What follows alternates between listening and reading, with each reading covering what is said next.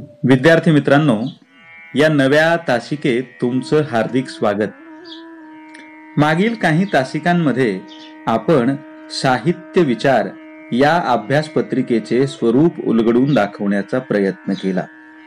या तासिका वेळेच्या बाबतीत तसेच आकाराच्या बाबतीतही काहीशा लहान होत्या. आजची तासिका त्या तुलनेत बरीचशी मोठी आहे. म्हणून अतिशय काळजीपूर्वक या अभ्यास पत्रिकेचे स्वरूप उलगडून दाखवत असताना आजपासून तुम्ही हा सगळा आशय गांभीर्याने ग्रहण करण्याचा प्रयत्न करा. एकदा ऐकून कळाले नाही तर दोनदा, तीनदा, चारदा त्याचं व्यवस्थित श्रवण करण्याचा प्रयत्न करा. कारण ही अभ्यास पत्रिका तुलनेने अवघड आहे. जे अवघड आहे त्याला सोपं करण्यासाठी आपणाला अधिक वेळ द्यावा लागतो. तर असो, आपण आजच्या तासिकेतील अभ्यासाला सुरुवात करूया. आज आपण साहित्याचे सर्वसाधारण स्वरूप उलगडून पाहण्याचा प्रयत्न करणार आहोत, ज्यामध्ये सुरुवातीला आपण लक्षात घेऊयात की साहित्य किंवा लिटरेचर याचा नेमका अर्थ काय. मानवी जीवन व्यवहार विषयक चित्रण, विवरण, अर्थनिर्णयन, भाष्य अशा स्वरूपाच्या भाषिक अभिव्यक्तीस स्थूल मानाने साहित्य असे संबोधले जाते.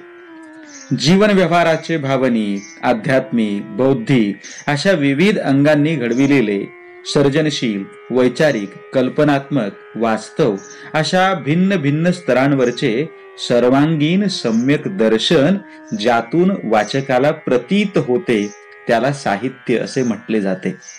लिटरेचर या इंग्रजी शब्दाला मराठीमध्ये साहित्य वा वाङ्मय हे पर्याय वापरले जातात. LITTERA अर्थात लिटेरा या मूळ लॅटिन शब्दापासून लिटरेचर हा शब्द निर्माण झाला. लिटेरा ही संज्ञा प्राचीन असून तिचा अर्थ वर्णमालेतील अक्षर वा अक्षरे असा होतो.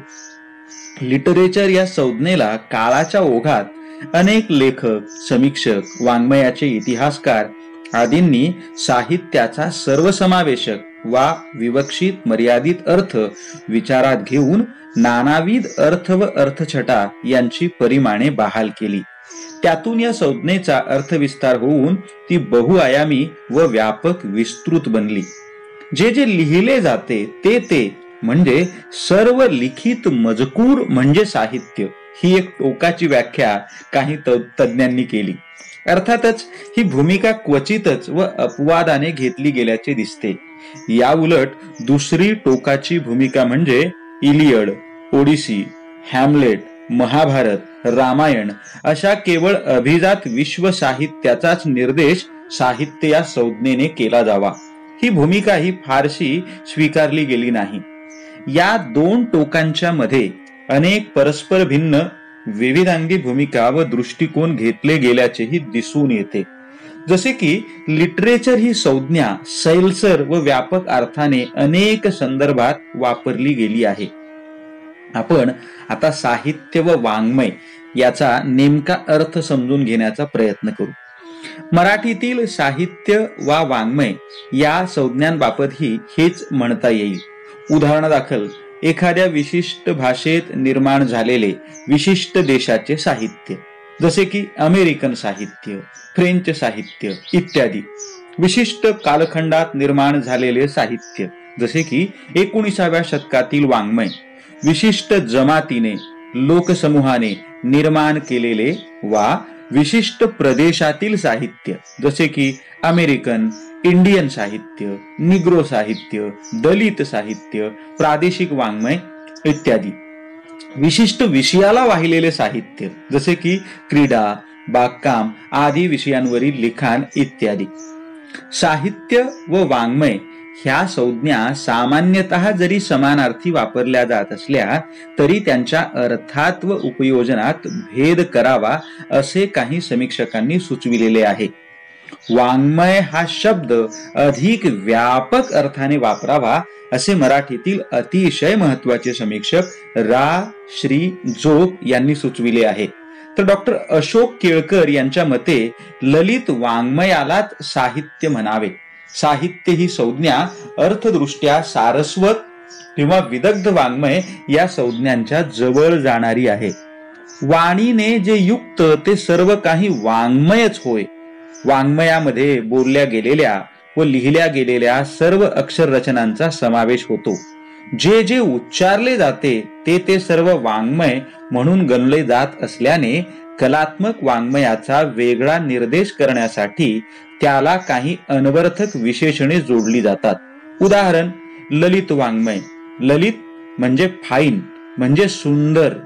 तेव्हा या विशेषणाने कलात्मक वा सौंदर्यपूर्ण वाङ्मयाचा निर्देश केला जातो. व्यवहार उपयोगी वा जीवन उपयोगी कलांपेक्षा त्याचे वेगळेपण व उपयुक्ततेच्या निकषापलीकडे असलेली अर्थवत्ता ललित या विशेषणाने सूचित होते. बेलेस लेटर्स म्हणजे सौंदर्यपूर्ण लिखाण या अर्थाच्या फ्रेंच संज्ञेशी त्याचा अन्वयार्थ जोडला जातो. एखाद्या लिखाणाचा साहित्य कृती म्हणून जेव्हा निर्देश केला जातो तेव्हा तो त्याचा अप्रत्यक्ष गौरवच असतो. ह्या अर्थाने ललित साहित्य हा संगीत, चित्र, शिल्प आदी कलांप्रमाणे ललित कलांचा एक प्रकार मानला जातो.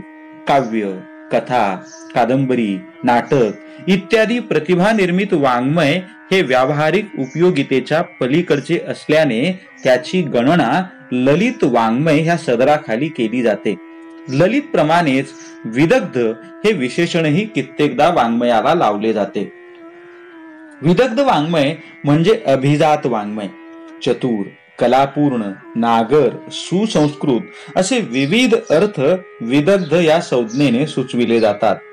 कलात्मकतेबरोबरच उच्च अभिरुचीची निदर्शक अशी ही संज्ञा आहे. आता ललित वाङ्मय किंवा साहित्य म्हणजे काय हेही थोडक्यात समजून घेऊ. ललित वाङ्मय ह्या अर्थी सारस्वत हा शब्द राजशेखर या संस्कृत साहित्यशास्त्रकाराने आपल्या काव्यमीमांसेमध्ये वापरला होता. विद्या व कला यांची देवता सरस्वती, तिचे उपासक ते सारस्वत व तिच्या कृपेने निर्माण झालेले वाङ्मय ह्या अर्थीही सारस्वत हा शब्द वापरात होता. ज्ञानेश्वरांनीही हे सारस्वताचे गोड तुम्हीच लाविले जी झाड ह्यासारखे अनेक ओव्यांमध्ये सारस्वत हा शब्द वापरलेला आहे. ललित साहित्य हा शब्द विद्यमान मराठी साहित्य व्यवहारात जरा जास्तच रुळलाय. तुम्हाला माहिती आहे, कालच्या तासिकेत आपण पाहिल्याप्रमाणे सहित ह्या विशेषणापासून साहित्य हे भाववाचक नाम बनलेले आहे. एकत्र असणे, बरोबर असणे असा त्याचा शब्दशः अर्थ. शब्द आणि अर्थ यांचे एकत्र अस्तित्व साहित्य या शब्दामध्ये मानले गेले आहे. राजशेखराने पंचमी साहित्य विद्या असे म्हणून साहित्य चर्चेला महत्वाचे स्थान दिले आहे. साहित्याच्या अभिप्रेत स्वरूपात शब्द आणि अर्थ हे एकमेकात मिसळून गेलेले असतात किंवा एकजीव झालेले असतात. त्यांचे अभिन्नत्व वा एकजीवित्व हे साहित्याचे प्रधान लक्षण मानले जाते. विद्यार्थी मित्रांनो, A.C. ब्रॅडली या इंग्रजी टीकाकारानेही where sound and meaning are one अशी साहित्याची व्याख्या करून हे शब्द व अर्थाचे एकजीवित्व अधोरेखित केले आहे. शब्द म्हणजे ध्वनी वा अक्षरसमूह किंवा वर्णसमूह असा विस्तार होऊन अशा अनेक शब्दसमूहांचे बनणारे वाक्य व वाक्य समूहातून व्यक्त होणारा आशय असा व्यापक अर्थ शब्द या संज्ञेत किंवा साहित्य या संज्ञेत सामावलेला आहे. संवेदनांची, विचारांची, कल्पनांची संघटना असाही अर्थ ही संज्ञा वापरताना अभिप्रेत असतो. तद्वतच अर्थ या संज्ञेमध्ये चातुर्य, रमणीयत्व, सहेतुकत्व अशा अनेक छटा सामावलेल्या आहेत. अशा व्यापक अर्थाने शब्द व अर्थ यांचे सह अस्तित्व व एकजीवित्व हे साहित्याचे मुख्य लक्षण ठरते. आणखी थोडं पुढे जाऊन आपणाला हे लक्षात घ्यावं लागेल की काव्य ही संज्ञा सुद्धा साहित्य या अर्थाने आपल्याकडे मोठ्या प्रमाणावर वापरली गेली आहे. आपण तिचाही अर्थ समजून घेण्याचा प्रयत्न करू. म्हणजे काव्य या संज्ञेचा नेमका अर्थ. प्राचीन काळी काव्य ही संज्ञा व्यापक अर्थाने वापरली जात असे व ती सर्वच वाङ्मय प्रकारांची निदर्शक होती. प्राचीन ग्रीक व संस्कृत वाङ्मयात हे विशेषत्वाने दिसून येते. उदाहरणादाखल एरिस्टॉटलचे पोएटिक्स म्हणजे काव्यशास्त्र या नावाचा ग्रंथ हे मुख्यत्वे ग्रीक महाकाव्ये किंवा डिथिरामात्मक पुरंदर गीते व सुखात्मिका या प्रकारांशी संलग्न असले तरी त्यातील विवेचनाचा मुख्य भर व मध्यवर्ती आशय हा शोकात्मिका ह्या प्रकाराशी संबंधित आहे. प्राचीन काळी गद्य, पद्य, नाटक इत्यादी सर्व प्रकारच्या लेखनांचा अंतर्भाव काव्यामध्ये केला जात असे. त्या काळी बहुतेक सर्व लेखन पद्यबद्ध असे. शास्त्रीय ग्रंथ सुद्धा श्लोकबद्धच असायचे. तत्वज्ञान, नीती, व्याकरण यासारखे शिक्षा ग्रंथही पद्य माध्यमातूनच निर्माण होत होते. पठनाच्या मार्गाने साहित्य टिकवून ठेवण्याची व जोपासण्याची पद्धती त्या काळात सर्वदूर प्रचलित होती. साहित्य हे गेय व पठण सुलभ असावे असा जणू दंडकच ठरून गेला होता. त्यातून मौखिक साहित्याची परंपरा सगळीकडेच विकसित होत गेली. त्यामुळेच साहित्य ह्या व्यापक अर्थाने काव्य हा मर्यादित अर्थाचा शब्द रूढ झाला होता. गद्य साहित्याचा प्रसार व प्रचार मुद्रण कलेच्या शोधानंतरच अधिक प्रमाणात होत गेला. 15व्या शतकाच्या अखेरीस मिशेल एकम द मॉन्तेन या फ्रेंच लेखकाने ललित निबंध ह्या स्वरूपाच्या लेखन प्रकारास प्रारंभ केला व पुढे फ्रान्सिस बेकन, जोसेफ ऑडिसन या प्रभृती लेखकांनी त्याला नवनवीन रूपे प्राप्त करून दिली. 17व्या शतकाच्या उत्तरार्धापासून पाश्चात्य साहित्यात खऱ्या अर्थाने गद्ययुग सुरू झाले असे मानले जाते. जसे की संस्मरणिका, रोजनिशी किंवा दैनंदिनी, आत्मवृत्ते, चरित्र, कादंबरी इत्यादी गद्य वाङ्मय प्रकारांची भरभराट 17व्या शतकानंतर होत गेली. गेल्या वर्षी आपण कादंबरी वाङ्मयाचा अभ्यास करत असताना या सगळ्या गोष्टींचं विस्तृत विवेचन पाहिलेलं आहे. विद्यार्थी मित्रांनो, विल्यम कॉंग्रीव, रिचर्ड ब्रिंजली शेरिडन, ॲलिव्हर गोल्डस्मिथ इत्यादी नाटककारांनी नाटकांचे पूर्वापार चालत आलेले रूढ पद्यात्मक रूप अव्हेरून गद्य रूपाचा अंगीकार केला. हे देखील थांबा रामराज्य येतंय या नाटकाच्या आरंभीची जी चर्चा होती त्या चर्चेमध्ये आपण समजून घेण्याचा प्रयत्न केलाय. थोडक्यात काय, साधारणपणे 19व्या शतकापासून साहित्याची विभागणी स्थूलमानाने गद्य व पद्य अशी केली जाऊ लागली. पुढे मुद्रण कला स्थिर स्थावर झाल्यावर स्मरण सुलभतेची व पाठांतराची गरज फारशी उरलीच नाही. त्यामुळे कादंबरी सारखे दीर्घ लांबीचे व मोठ्या व्याप्तीचे प्रकार विकसित होत जाऊन रूढ व लोकप्रिय होत गेले. गद्य अधिकाधिक प्रसार पावलेच, पण त्याबरोबरच वास्तव जीवन चित्रणाला गद्य अधिक निकटचे आहे. जीवनाचे अधिक यथातथ्य दर्शन गद्यातून घडते व वैचारिक लिखाणाला गद्य जास्त अनुकूल आहे ह्याची जाण लेखक वाचकांमध्ये सर्वदूर प्रसृत होत गेल्याने गद्य साहित्याचा गेल्या 2 शतकात जगभर झपाट्याने विकास होत गेला. परिणामी 19व्या शतकाच्या शेवटच्या दशकापासून काव्यावरील छंद, वृत्ते, लय, तालादी बंधने शिथिल होऊ लागली व त्यातून मुक्तछंद, निर्यमक कविता असे प्रकार उदयाला आले. आपण कोरोना काळातील कविता वाचन हा जो उपक्रम एप्रिल, मे आणि जून महिन्यामध्ये घेतला, यामधील बहुतांशी कविता या मुक्त छंदात्मक होत्या. यावरून देखील ही गोष्ट तुमच्या सहजपणाने लक्षात आली असेल. असो, चिंतनपर व वैचारिक असाही मोठा भाग काव्याच्या आशयात सामावू लागला. त्यामुळे उत्कट भावगीतात्मकता हे काव्य लक्षण व्यवच्छेदक न ठरता इतरही अनेक प्रकारचे निकष निर्माण झाले. या उलट उत्कट भावाविष्कार, अर्थता, स्वैर कल्पना विकास ह्यांना गद्यातूनही स्थान मिळू लागले. गद्य काव्य हा नवा प्रकार उदयाला आला. अनेक ललित निबंध, कथा ह्या काव्याच्या पातळीवर पोहोचल्याने गद्य पद्याच्या सीमारेषा पुसट होऊ लागल्या. साहित्य प्रकारांच्या बाबतीत ठोस व ठाशीव स्वरूपाची भूमिका न घेता त्यातील लवचिकपणा व सैलसरपणा विचारात घेऊन साहित्य कृतींचे वर्गीकरण, आकलन व समीक्षण करण्याची प्रवृत्ती विद्यमान काळात वाढीस लागल्याचे दिसून येते. मित्रांनो, आता थोडं गंभीर व्हा कारण आपणाला साहित्याचे वर्गीकरण आणि साहित्याचे प्रकार कसे पाडले जातात या संदर्भातली माहिती समजून घ्यायची आहे. साहित्याचे वर्गीकरण व प्रकार ह्या संबंधी प्राचीन काळापासून वेगवेगळी मते व दृष्टिकोन व्यक्त झालेले आहेत. अरिस्टॉटलने त्याच्या पोएटिक्स नावाच्या ग्रंथात केलेल्या निवेदन पद्धतीनुसार साहित्याचे वर्गीकरण केले आहे.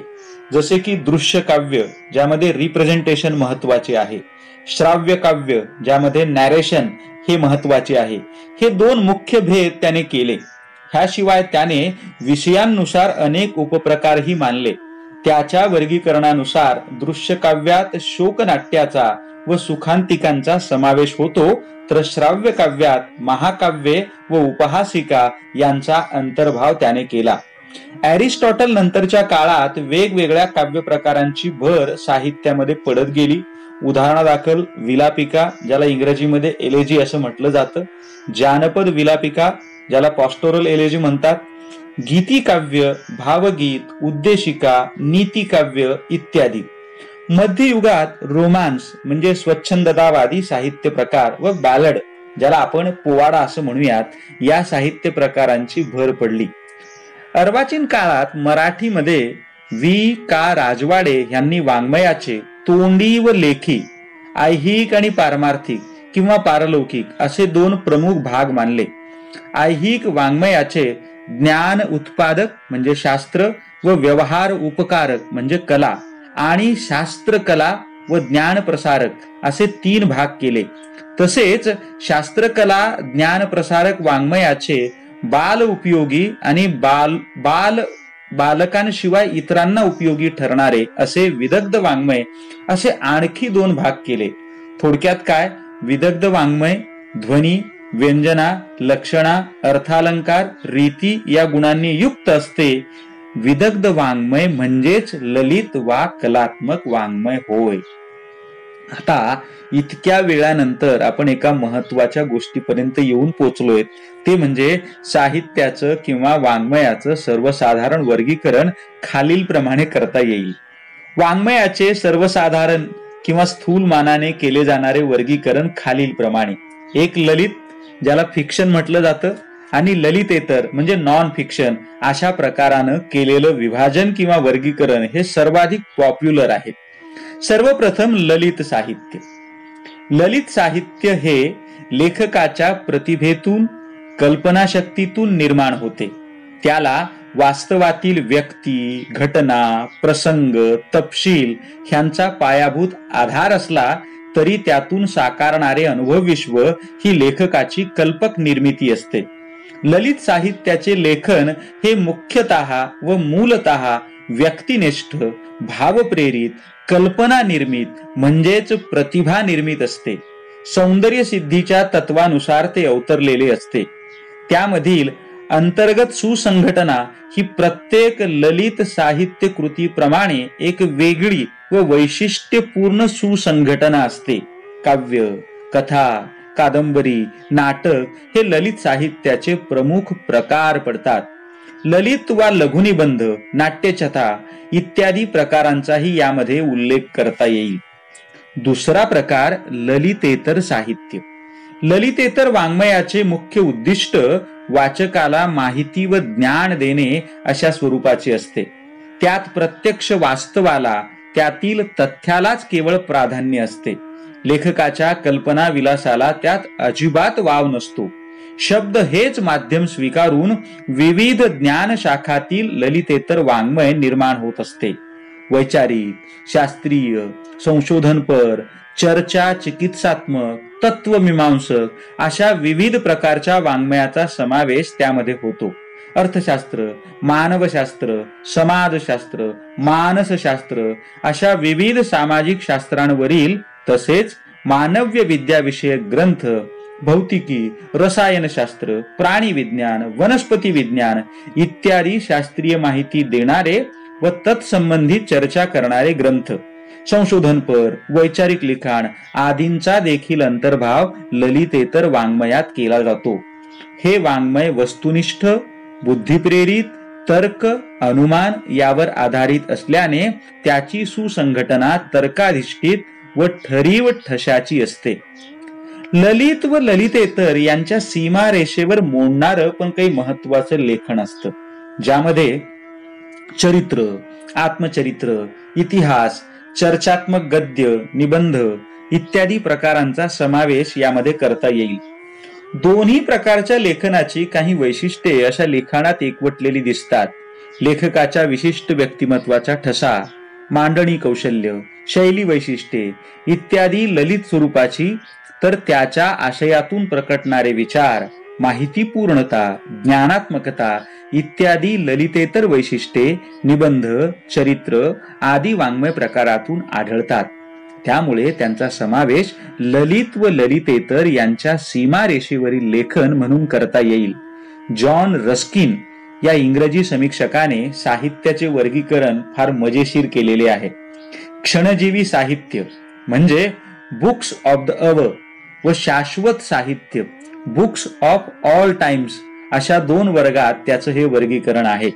ते साहित्याच्या सार्वकालीन आस्वाद्यतेवर व काळाच्या ओघात टिकून राहण्याच्या क्षमतेवर आधारलेली आहे.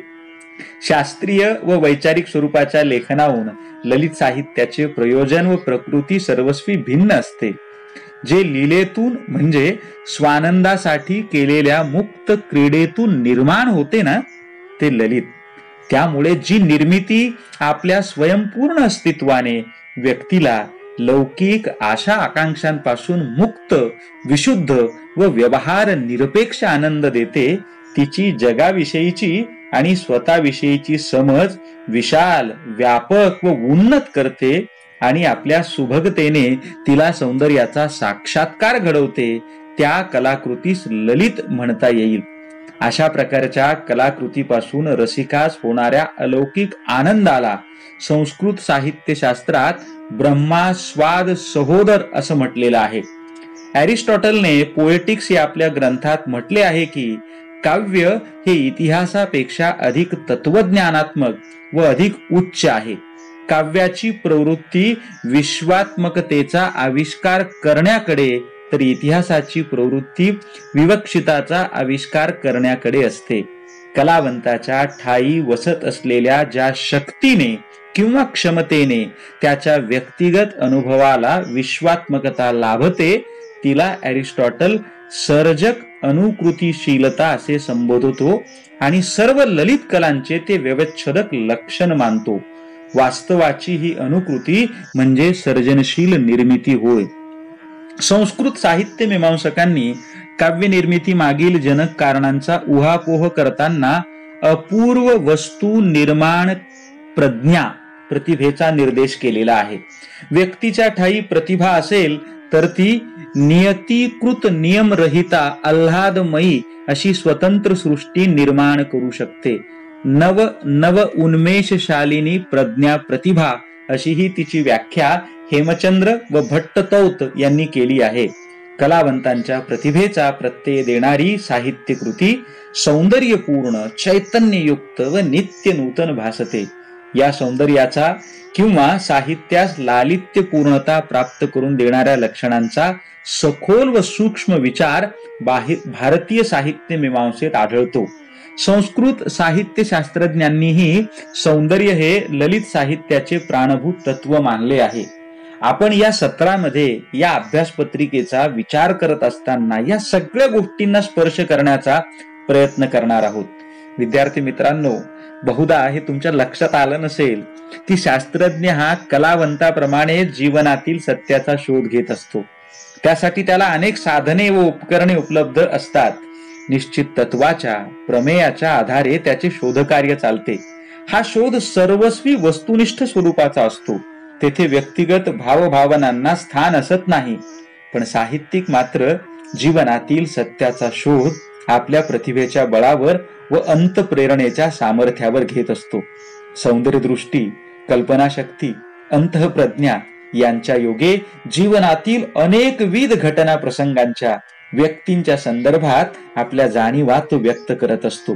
त्यातून त्याच्या साहित्यातील अनुभव विश्व साकारते. आपल्या अनुभवाचा अन्वयार्थ लावण्याचा, त्यावर कलात्मक भाष्य करण्याचाही त्याचा प्रयत्न असतो.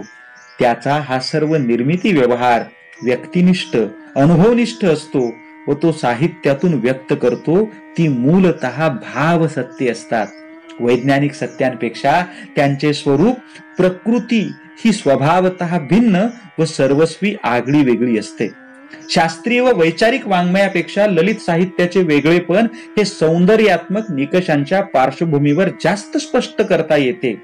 विश्वात घडणाऱ्या घटनांमागील कार्यकारणभाव शोधून काढणे, त्यासाठी आवश्यक ठरतील ती निरीक्षणे, परीक्षणे, प्रयोग करणे आणि त्यातून प्रस्थापित होणारे निष्कर्ष काटेकोर व शुद्ध अभिधात्मक म्हणजे डिनोटेटिव्ह भाषेत मांडणे हे विज्ञाननिष्ठ वाङ्मयाचे ध्येय असते.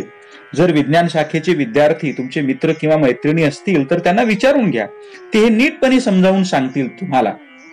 निष्कर्षांची वस्तुनिष्ठ व तार्किक मीमांसा ही त्या साहित्यामध्ये अभिप्रेत असते. सामाजिक शास्त्रातही व्यक्तीचा व तिच्या वर्तन व्यवहारांचा अभ्यास काही एक पद्धतीने झालेला असतो. अशा कोणत्याही पद्धतीने मनुष्य वा जग ह्या संबंधी सिद्ध झालेले सर्वसाधारण परंतु ठोस स्वरूपाचे निष्कर्ष ललित साहित्य हे कधीही समोर ठेवत नाही. त्यामुळे या प्रकारच्या लेखनाची भाषा सर्वस्वी निराळी, स्पष्ट नव्हे तर सूचक व व्यंजना प्रचूर असते. अशा प्रकारे ललित साहित्य व सामाजिक शास्त्रे यात काही मूलभूत व प्राकृतिक भेद असले तरी सामाजिक शास्त्रांचा अभ्यास ललित साहित्याच्या निर्मिती आस्वादास काही एका मर्यादेपर्यंत उपयुक्त व पोषक ठरतो.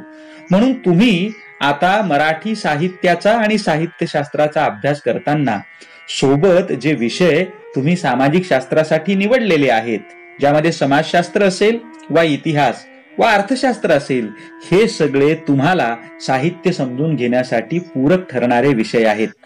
साहित्याचा विषय प्रामुख्याने माणूस हा असल्याने मानव्य विद्या शाखेत मोडणारी जी शास्त्रे आहेत त्यांचा व साहित्याचा संबंध हा अधिक निकटचा असतो. मानव्य विद्यांचा अभ्यास व व्यासंग लेखकाला निर्मितीच्या संदर्भात जसा उपयुक्त व फलदायी ठरतो, तसाच तो वाचकालाही आस्वादन क्षमता वाढविण्यासाठी उपयुक्त ठरतो. हे तुम्ही लक्षात घ्या. मानव्य विद्या अंतर्गत सामाजिक शास्त्रांचे अध्ययन मानवी जीवन व माणूस समजून घेण्याच्या दृष्टीने निश्चितच फलदायी ठरते. साहित्यिक आपल्या साहित्य निर्मितीतून मानवी जीवनाचा जो शोध घेऊ पाहतो तो या अध्ययनातून अधिक विस्तृत, बहुआयामी व सूक्ष्म होत जातो. नित्याच्या जीवन व्यवहारात वापरल्या जाणाऱ्या भाषेपेक्षा ललित साहित्यात योजिल्या जाणाऱ्या भाषेचे स्वरूप वेगळे आणि वैशिष्ट्यपूर्ण असते. व्यक्तिविशिष्ट तरीही व्यापक, वास्तवाधिष्ठित तरीही कल्पनेपेक्षा अद्भुत असे अनुभव ललित साहित्याच्या भाषेतून अभिव्यक्त होतात. त्यामुळे ही भाषा चित्रदर्शी, प्रतिमायुक्त, विविध संवेदना सूचक असते. ती सूचक आणि व्यंजना प्रचूर तर असतेच, परंतु त्याबरोबरच भावानुभव यथातथ्य आविष्कृत स्वरूपात गोचर करणे हे तिचे अवतार कार्य असते. त्यासाठी क्वचित प्रसंगी प्रचलित भाषेची मोडतोड करणे, नवी भाषा, नवी शब्दकळा घडवणे, नवीन भाषिक संकेत निर्माण करणे अशा प्रयुक्त्यांचा आश्रय लेखकाला घ्यावा लागतो. मी परत तुम्हाला आग्रह करेन, कोरोना काळातील कविता वाचन यामध्ये ज्या 52 कवींनी आणि कवयित्रींनी आपल्या रचना ठेवल्या त्या कविता तुम्ही पुन्हा पुन्हा ऐका, म्हणजे तुम्हाला यातून नेमकं काय म्हणायचं आहे हे लक्षात यायला मदत होईल. साहित्य कृतीच्या भाषेवर ती निर्माण करणाऱ्या लेखकाच्या व्यक्तिमत्वाची मुद्रा उमटावी लागते.